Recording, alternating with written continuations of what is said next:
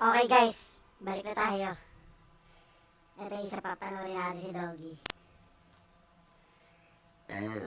Excuse me. Kapit sila, sir. Hayaan mo lang. Ilan? Ilan sila? Dalawa po. Dalawa. Huwag mo pumapit. So, ganito yung usapan natin ha. Makinig kayo sa akin. Yan lang ang lugar ninyo, yung sa kabila. Ito, sa kanila to. So, kung gagawin kayo sa lugar nila, dapat wala kayong gagawin. Hindi kayo mananakit. Hindi kayo manggugulo.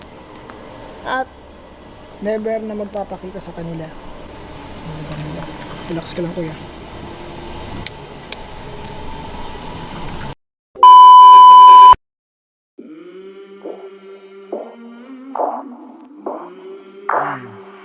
I came from the mud.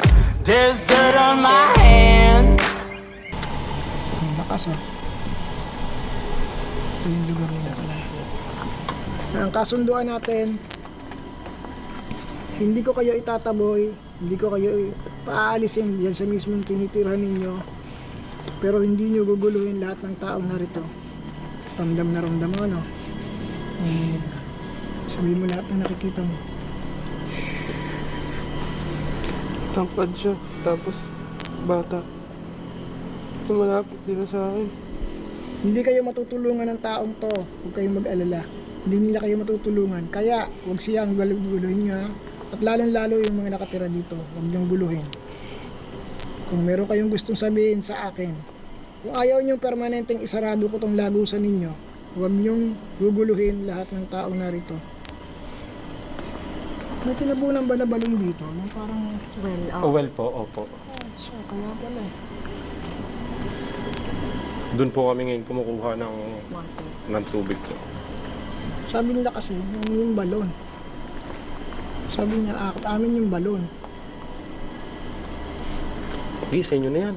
O yung gate, may gate din po to, tapos may kahon din po. Tama. Ito pala yun. Sabi niya kasi kanina, sa lugar, sa room na may malaking box. Box. Oo, box siya. Tapos may gate.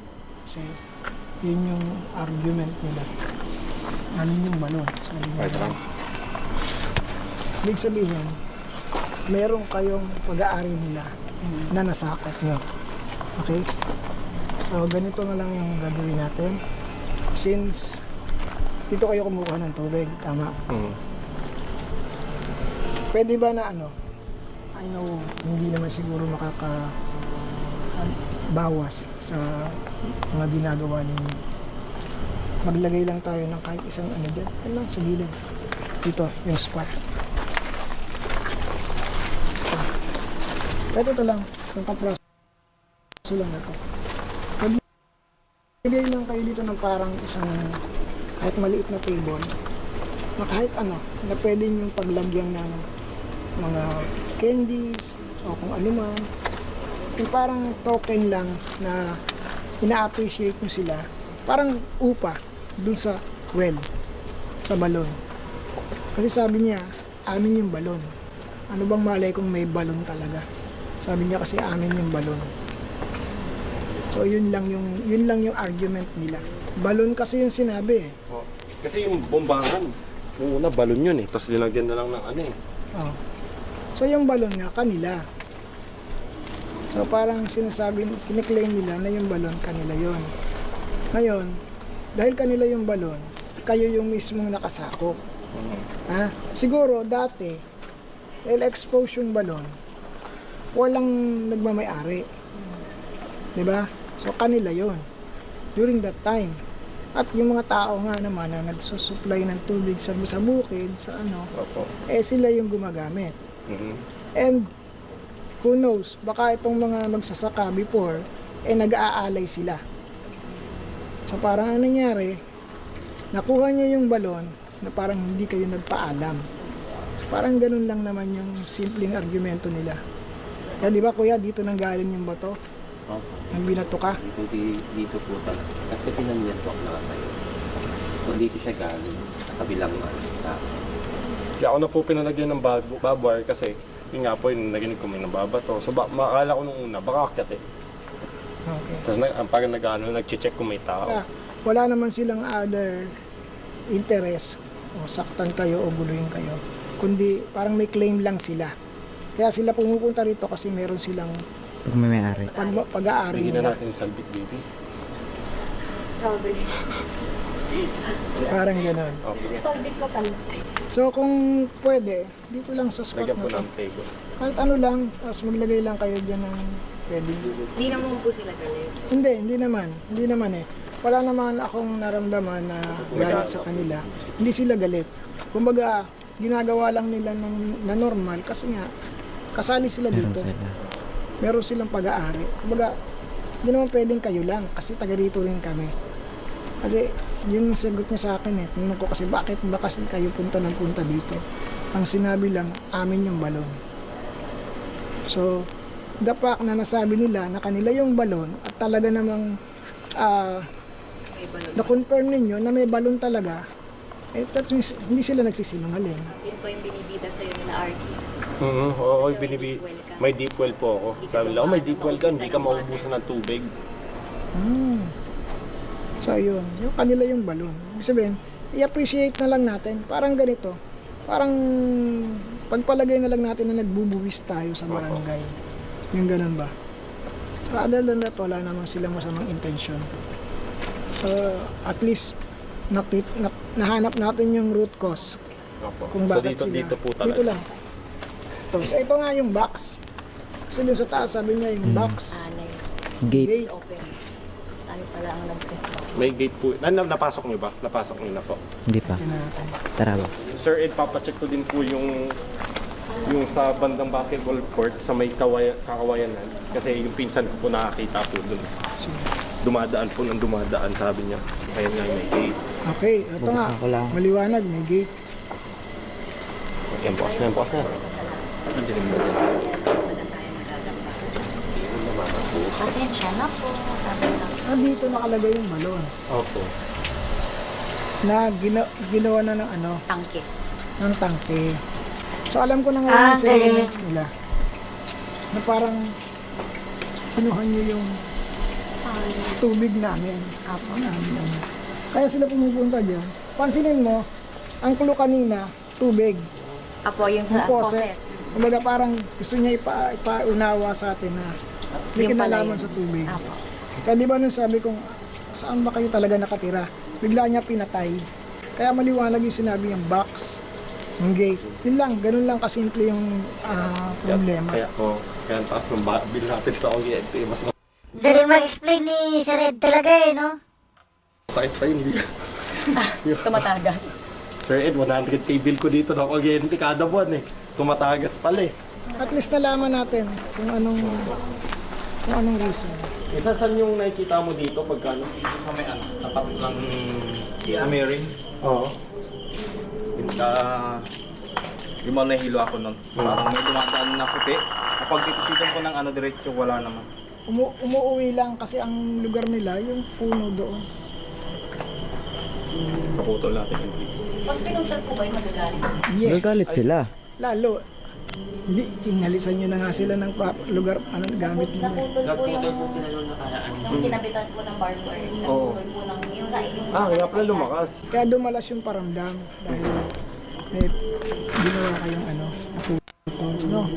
So actually yun lang naman, yung minsan kasi yung akala natin malaking issue na para sa atin, siyempre mga tao, hindi tayo sanay ng ganyan, ano? So big deal sa atin yun. Pero sabi ko nga, ang kailangan lang unawain, alamin yung pinanggagalingan ng problema. So maliwanag, yung pinanggagalingan ng problema is dahil meron kayong nakuha na pag-aari nila. So isang entity lang po yun. Isa lang, sila lang yan. Kita mo yung way, sabi nga ni Kuya, pag ganon, di ba? Pag ganon, pag tinumbok mo yan, yung direction na sinasabi niya, doon din pupunta. Ano kasi yan parang ang gusto nila ganito eh. Kayo ba ang aalis o kami ang aalis? Parang ganon. Kasi dahil unrecognized sila. Hindi sila na-recognize, hindi na pansin yung presence nila. Although sinasabi nga nila na meron silang pag-aari na kayo ang kumuha, kinuha ninyo. So yun lang naman yun. So para tignan natin yung magiging reaction nila dun sa gagawin natin. No? So simple lang, alay lang, mag-alay lang kayo. And then kinabukasan, tapon nyo na, palitan nyo na kasi hindi naman totoong kinakain nila yan. It's the essence. Yung essence lang, tsaka yung thoughts na sila ay nire-recognize. Hindi naman. Sir Ed, mabilis kayo eh. Pwede naman. Konti lang yan. Pwede naman, Pwede naman yan. Kasi may mga bata, may bata. Ang mahalaga lang ay yung idea na sila ay ni-recognize na ninyo. Yung presence sila, hindi na baliwala. Ganun lang. Basta huwag siya pupunta sa kwarto ko. Minsan kasi Hindi siya malevo, ano? Ay, hindi. Hindi siya malevolent na mananakit. Hindi. Ano lang yun. Although, ang galing ha, kaya niya magbukas patay ng poset at on the spot habang nandun. Nakita mo kanina. Paano sila? Oo, paano? Ano sila boss day? Parang ano siya, yung bata, babae siya. Tapos yung nagsasabi ni sir, yung matangkad. Ayun yung kaya nagsasabi ako kanina na pag sila lumapit, kasi lumalapit sila sa parang Hindi, baka lumalapit yan dahil kay Kim. Kapingin lang. Tutiwang kausap ng seryoso. Hindi, I mean, nanginginig na nga siya kanina. Kaya nakita ko nanginginig nga siya para ma-break the ice, para maganda lang yung vibes. Pero, like, may matangkad, tapos, Apo boss day. Yung siguro yung nagsasabing kanina pangalan Lisa, yun ata yung above yun, above. Apo boss. Yung matangkad ba, ang tingin mo siya parang nag-glow lang? Paano? Ano pa? Parang nag-glow. Parang Parang gumaganon bird ganon. po kasi siya eh. Parang ganon ang dating. Parang gumaganon ganon. Bird yung mukha niya, pero yung bata, parang naano talaga yung mukha niya. Clear talaga, parang clear. Talaga boss. Yung matangkad, parang shadowy na, hindi yung Blurred.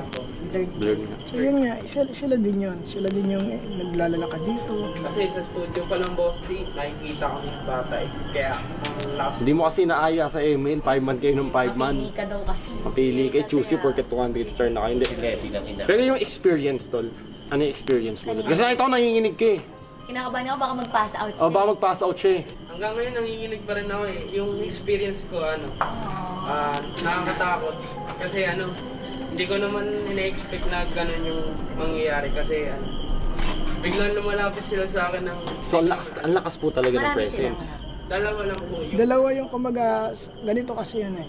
Yung inopen ko na portal, Sir, baka hindi nyo pa nasasagado yun, Sir Ed. Hindi, sarado. sarado naman eh. Eh, gusto tayo dun. Nakalimutan yung pangako ata. Seryoso kayo, Sir Ed, baba. Check mo. Medyo matagal yung sagot Nag-isip siya. Nag-isip si Sir Ed eh. Check mo nga ito. Ganda. Sinarado ko. Kasi kaya ko lang naman inopen para makita niya kung ano yung nasa kabila. Vin, just yung image yung nakita mo dun, yung binuksan yung portal, ano yung paligid? Gusto ko malaman. lang sa boss parang robot. Tapos yun nga yung bata. Pero di ba, kung papansinin mo, kahit pumunta ka dyan sa kabila, hindi yun eh. Hindi yun yung lugar, di ba? Opo. Ay, ibang parang scene. po sila naglalaro. Pero yung matangkad din po talaga ang mukha. Ano yung matangkad, hindi siya naglalago, like nakatayo lang o Nakatayo lang yung tapos naglalakad palapit Siya sa'yo. yung shadow figure eh. Kasama niya yung yung Mataas balayibo ko. yung sinasabi ko sa'yo boss din, lagi nagbobola. Opo. Siya yung shadow figure, yung matangkad. Opo. Baka Kumbaga, siya yung guard boss just dyan. Siya yung nagbabantay. Pero buti, nabilang natin ilang entity. Kasi po, Sir Ed, like I said, Pero tama na 3 kasi 3 din yung binanggit sa atin noon. Nung Na nung isang architect. babae, isang lalaki, isang bata. So tama na 3. Kasi yung architect po pati engineer, ayun po talaga yung nagsabi sa amin.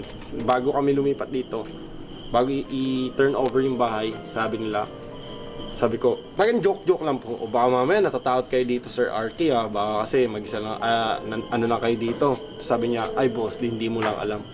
Pick kami pasukin yung studio room sa second floor, dito, pati yung kwarto ni Kim, pati yung Kwarto ko? sa side na, hindi kwarto mo yung sa sa recording natin, podcast room. Hindi na, magbigay ka kasi doon ng pagkain mo ha. Oh. Madamot yan ako kailan Hindi, pero yun po yung sinabi, naging aware to, sabi nila, boss, di pati sa kwarto mo, pati sa man cave, Pati dun sa, palagi po talaga Sir Ed, talaga dun sa 2 kwarto sa dulo. Hindi, minsan nakatayo po dun talaga. May nakaupo sa Doon gaming chair. naman tayo unang naka-receive ng Opo, yun nga po eh. Sa man cave yung nagsabi ng 2 tapos biglang 3. Oo. Parang humabol lang yung isa. Talaga no offense kanina talaga nung Yung sinabing 2. yung sinabing to Sir Ed kasi nanggaling sa kanang tenga ko yun eh. Pag nung habang dito, nung sinabing to dito dumaan, hindi nanggaling sa box. Ginagamit lang kasi nila yung box kasi yung frequency, umahanap sila doon ng frequency na kung saan sila magpipit para makapagsalita. Sabi dumating kayo nung una, hindi ko pinapansin. Ngayon, naging ano na siya, di ba? Parang dumating kayo, parang pinapansin ko na. Sa tingin nyo, pagkatapos na itong day, sa side ko, parang wala pa rin akong pake. Depende. Kung i-accept mo yung fact na totoo talaga yung na-experience mo. Kasi kung i-deny mo pa rin yung sa sarili mo, same. Same lang po. Same lang. Maganda nang i-deny na lang, para wala naman. Kagaya nun, no? sinabi mo na dumaan sa tenga mo. So, that means, may something na dumaan talaga sa tenga Opo. mo. Pangalawa, yung ginawa naman natin na unang-una, first time ko dito sa lugar, wala naman akong idea regarding sa kung anong meron eh. Diba? Pero nagre-relay kasi ako sa messages na nanggagaling din sa kanila. Kasi alam ko na magagamit ko yun para tulungan ko sila. Hindi nga ako aware na tungkol sa gate. Isip ko, gate, dapat doon. Gate, box. Alin ba yung box? Eh, siyempre, alam natin na box yung mga ganyan lang. Opo. Diba? Tapos, habang nasa room tayo, nung sinasabi niyang box, pinapaalis eh. Alis. Sabihin, hindi doon. Hanapin pa natin, mag-explore pa tayo. Hanggang sa point na marating na natin yung mismong pinalalagyan. And doon nga lang din ako nagulat. Box pala to. Itong part na to. Dalawa lang po sa akin yung creepy. Ay, tatlo. Yung bumulong, 2, 3, 3, yung bumukas yung TV ko. Ipatay nga natin yung aircon. Andito sa akin yung ano. Pakitawag nga po yung mga kasama ko. Ghost box daw po. Ma! Pag bumukas yan. Ikaw lang. Ayun yung pinaka-awkward moment sa akin talaga, yung TV. Patay, Sir Ed, patay yun. Oo, pumasok tayo, wala. Yung remote control, ang layo sa akin. Tapos bumukas yung TV. Third, yung faucet. Ito yung bubukas ng faucet dito. Kung yes, pailawin mo yung pangatlo. Pinatay niya. Namatay na. Pinatay niya. Pinihit O, na. ba't mo pinatay? Narinig mo yung pinihit? Oo. O, bakit mo pinatay? Tinanong ko lang kung ikaw ang nagbubukas. Nung una, Ganyan talaga, boss. Di sa una, hindi ka maniniwala. Pero pag na-experience mo, maniniwala ka na. walang ganon. Ang dami Andun ako natin. Hindi, makikita naman natin yan sa video eh. Maginig naman na. Pero, pinatay. Na. Mm-mm. Pero wala akong sinabing may balon. Kaya ako nagtanong na may balon ba dito? Kasi sabi niya, amin yung balon. Asan yung balon? Kasi sabi niyo sa inyo, asaan nga? Kaya tinanong ko na, meron ba kayong tinabunan na balon o ginamit na balon dito? Paano, bakit sasabihin itong amin yung balon kung wala namang balon? Wala eh. Wala. Saan mo ilalagay ang balon dito? Puro bato naman yung nakita ko. So, yung tanong ko lang, Last question, Sir Ed. Just curious. Since sinabi niyo hindi malevolent yung yung nandito. Naka-encounter na po ba kayo ng malevolent? malevolent po? Talaga like, hindi siya, yung parang nagpaparamdam lang, like physical na po talaga siya. Dumating sa point na meron akong bahay na pinasok na yung mismong may-ari ayaw na nga umuwi doon. Talagang nanggugulo na. Pagpasok ko doon, alam mo yung pagpasok mo ng pintuan, yung design ng bahay, pagpasok mo ng pintuan, may hagdanan pa gano'n. Opo. Tapos yung hagdanan nila, parang pinaka-display nila, may mga alak. Mhm. Pagpasok namin, may parang ang bilis na, parang may hangin na gumanon. Tapos biglang yung mga alak, ginan nyo lahat. Siguro mga 5 bote yung nalaglag. Eh, paano mo ibabagsak yung alak? Opo. meron siyang lalagyan. Sabi ko dun sa mga kasama ko, diyan na lang kayo sa baba, ako na lang. Pagpasok ko dun sa isang room, kasi may naririnig akong umiyak. Pagpasok ko dun sa room, biglang nilak niya yung door. So inatake talaga kayo? Sinarado niya yung pintuan. Hindi na ako makalampa, hindi ko mabuksan. Tapos, meron dong closet na nakadikit sa wall. Di ba yung mga... Opo, built-in closet. Built-in na ano. Opo. Sa ang taas ng closet eh. Para pag binuksan mo gano'n, malaki yung taas. Iyak siya ng iyak doon sa loob. Sabi ko, kung hindi ka makikipag-usap sa akin, hindi kita matutulungan. Kaya lang naiyak. So no choice ako. Ayaw naman niya ako palabasin eh. Pagbukas ko na gano'n, nakita ko yung babae. Yung babae nakalugmok, basag yung dito niya. Tapos bigla niyang inopen yung pinto, nabukas, narinig mo yung gumanan yung doorknob mula sa labas. Kasi sumunod na ako, sinundan ko siya, pumunta siya sa kabilang room. Pumasok kayo sa salamin. Tapos tinawag ko na yung mga kasamahan ko kasi tawag ako ng tawag, walang nakakarinig, sabi hindi ka namin naririnig. Paano hindi ako naririnig? At dito ako nalock sa room na to, nasa taas ako, nandito kayo. Gumaganon ako sa... ang sahig pa naman, kahoy lang eh. Hindi niyo ako naririnig sa baba. So nang tinawag ko sila, 3 kaming nandun sa harap ng salamin. Yung pag ganun ko, sabi nung isa kong kasama, kasi nakapikit ako dito. Pag ganun ko, kita daw nila yung kamay ko, parang pumasok sa loob ng salamin. And then, yun na, may pinakita sa akin na senaryo. So, Natakot na si Boss Dogs. ginawa ko, yung nakita kong senaryo, pinakonfirm ko na lang. Which is true, na may nangyaring gano'n. Sabi kasi ng babae, tinapo nila ako eh. Sabi ko mag-ano nga kayo, mag-investigate, magtanong-tanong kayo kung meron bang natagpuan na babae malapit dito. Ano yung itsura, estudyante siya, na medyo bilugan, ganyan. Yung description ko sa kanya, nag-fit din sa sinabi ng barangay. Siya yung nakarating doon. Yun talaga, malevolent. Kasi, isipin mong ilalakan niya. Siguro kung matatakot ka, magpapanik ka na, Papanik diba? ka na po, opo. So, either atakihin ka, o kaya yung point na binagsak niya yung mga bote, doon pa lang. Ayaw ka niya nga doon eh. Tuloy ka, o hindi. Sa akin na. Ito, gusto ko lang po malaman yung experience nyo. Kasi ang dami dito sa Philippines, like haunted hospital, haunted house, mga ganun. Eh, yung pinakasikat po yung Diplomat Hotel sa Baguio, tapos Dalapegal House, yung White House. May aggressive po ba doon na mga ano? Doon sa haunted hospital, yung part lang na may morgue. Hindi ako nakapasok doon. Doon sa may morgue. Hindi. Doon yung binabato sila. Saan lang po sa first floor, second floor, yung may butas-butas. Dito. Tapos lumabas na po ako noon. Doon. So sa may pababa. Sa may morgue. Hindi po na. Sa area ng morgue. Kasi pinagbabawal po kami, sabi nung guard doon, eto lang yung dadaanan niya, pupunta ka dyan, akit ka dito, tapos bababa ka dyan, tapos yun na, nasa likod na ako nun. Tapos habangan ka, hintayin ka na lang namin sa likod. So yun po yung linakad ko. Bam, sumakyat, tapos may butas-butas po siya, yung second floor yung may butas-butas. Ingat ka lang dyan, may butas-butas. Tinatibag na. Opo. So, naka-flashlight ang po, yun po, tapos hagdan pa ba. Pero kung may isang place kayo na hindi po pupuntahan, like napuntahan nyo na pero ayaw nyo nang balikan, meron po kayong ganun. Before, nung hindi pa binabago, Laperan. Totoo pala talaga yun.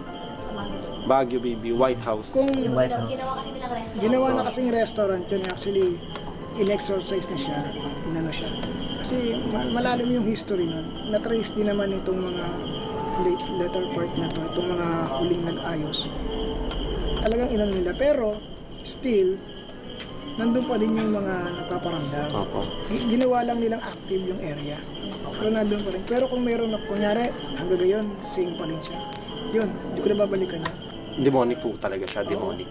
Kasi doon ako nakaranas na hinawakan ako, ayaw akong bitawan. Yung merong kasing room doon, na malapit sa kitchen. Yung room na yun, pagpasok ko doon, ang makikita mo, mga paintings, parang mga abstract na hindi mo maintindihan. Kaso, pag unang tingin mo doon sa abstract na painting, parang doon pa lang, siyempre, although, siyempre may imagination ka, di ba? Kasi, yung pareidolia kung tawagin. So, pag tingin ko doon, yung mga nabubuong image. Merong sa gilid nun kasi, yung parang cabinet, manipis lang siya, tapos nagsishake na gano'n. So nung nagsishake na yung cabinet, lalabas na ako dapat. So hindi ako makaalis. Nawakan na po talaga. Hindi talaga ako makaalis. Kasi ayan na lang yung door, hindi ko pa maabot eh. So, parang merong, alam mo yung may force na nandito na hindi mo maabot. Kayaan ko na lang. Ginawa ko, instead na tumayo ako, umupo na lang ako doon. Napakaramdaman ko kung nawawala na yung mabigat dito. Nung nawala na, tumayo ako. Kung nakakahawak na sila ng tao, kaya nilang pumatay. Opo, opo. Kasi nahawakan ka na nga physically. May force na siya. Opo. Eh gano'n na lang kadali sa kanila, napali pa rin yung gamit, ihampas sa'yo. Opo, opo. Ay, hindi nyo gusto ko pasukit yun kasi nakasagado nun eh. Galing po kasi ako ng Belgium. Tapos umuwi po kami. Pumunta kami Baguio. Pinuntahan ko po Diplomat Hotel, which is may restaurant sa baba. So parang naging ano na lang po siya eh, parang activity na parang if ever punta ka doon. Tapos dinaanan po namin yung White House. Nakasarado po talaga. Bawal pong pumasok. Like no trespassing nakasulat. Pero kanina talaga yung feeling.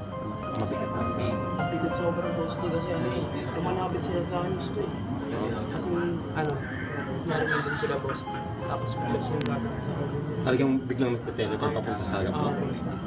Kaya sabi ko nun, Parang horror movie pala yung ano nararamdaman mo doon. kaya sabi ko kanina boss, di ba ano, pag sila lumapit sa akin, nag-uwag ako. Pagka kinakausap ni Sir Ed lumalapit. Ako boss, biglang lumalapit. Dito mataas pa tayo. So pagka kinakausap ka ni Sir Ed lumalayo sila. Pagka kinakausap niya lumalapit bigla. Apo, apo. Ina nga naman yun. Talaga tol, di ba? Nag-interview ko lang si boss. Back ni Sir Ed, di ba nakaganon ako. Apo. Tol, dito nang galing yung 2. Dito. Nagsalita talaga. Oo. Tapos 2. 3. Yung 2. Umalis na ako nun. Parang tanga, taas balahibo ako eh. O feeling ko dahil doon sa gumaganon eh. Kaya parang may explanation pa din. Pero yung bumukas yun. Patay. Nagsalta kanina, tumas balahibo ko. Pero yung takot factor, wala doon. Yung bumukas yung TV. Kasi yun yung pinaka-question talaga eh. Ba't bumukas yung TV? Yung remote tol, ang layo. Kumbaga, andito ako. Ito yung tama, di ba? Andito ako. Andito yung remote. Imposible maano mo yan, tol. Gumanon ka. Ang layo ng remote, andito. Tapos dito ako biglang bumukas. Gulat ako kay JP. Remote, andito ngayon. Biglang nagsisingkit lahat eh. Kasi kinakausap ko siya eh. Sabi niya pala, Sir Ed, every time na kinakausap mo siya, hindi daw lumalapit yung entity. Tapos once na kinausap yung entity, parang yung entity, yung layo daw, andito kayo, tapos yung entity nandun sa Sir Ed, parang batang nakikinig lang. Ay, nako, Sir may Ed. ring. Tapos pag kinausap mo daw yung entity, bigla daw nagte-teleport sa harap niya. Parang nung kinakausap ni Sir Ed si Rinjas, lumalayo yung entity, bumabalik doon.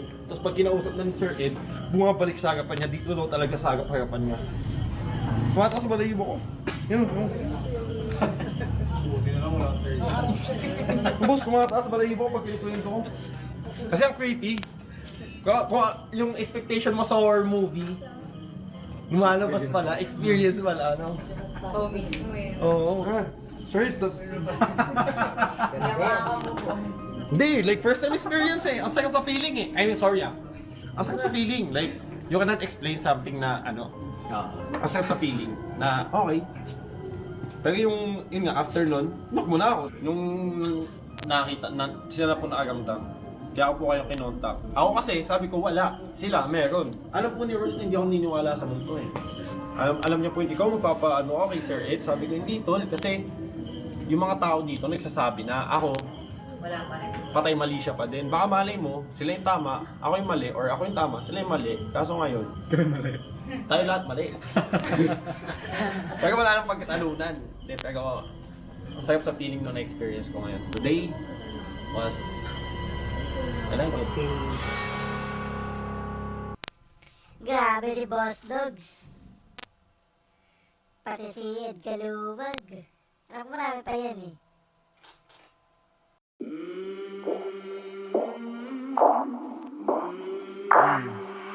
I came from the mud. There's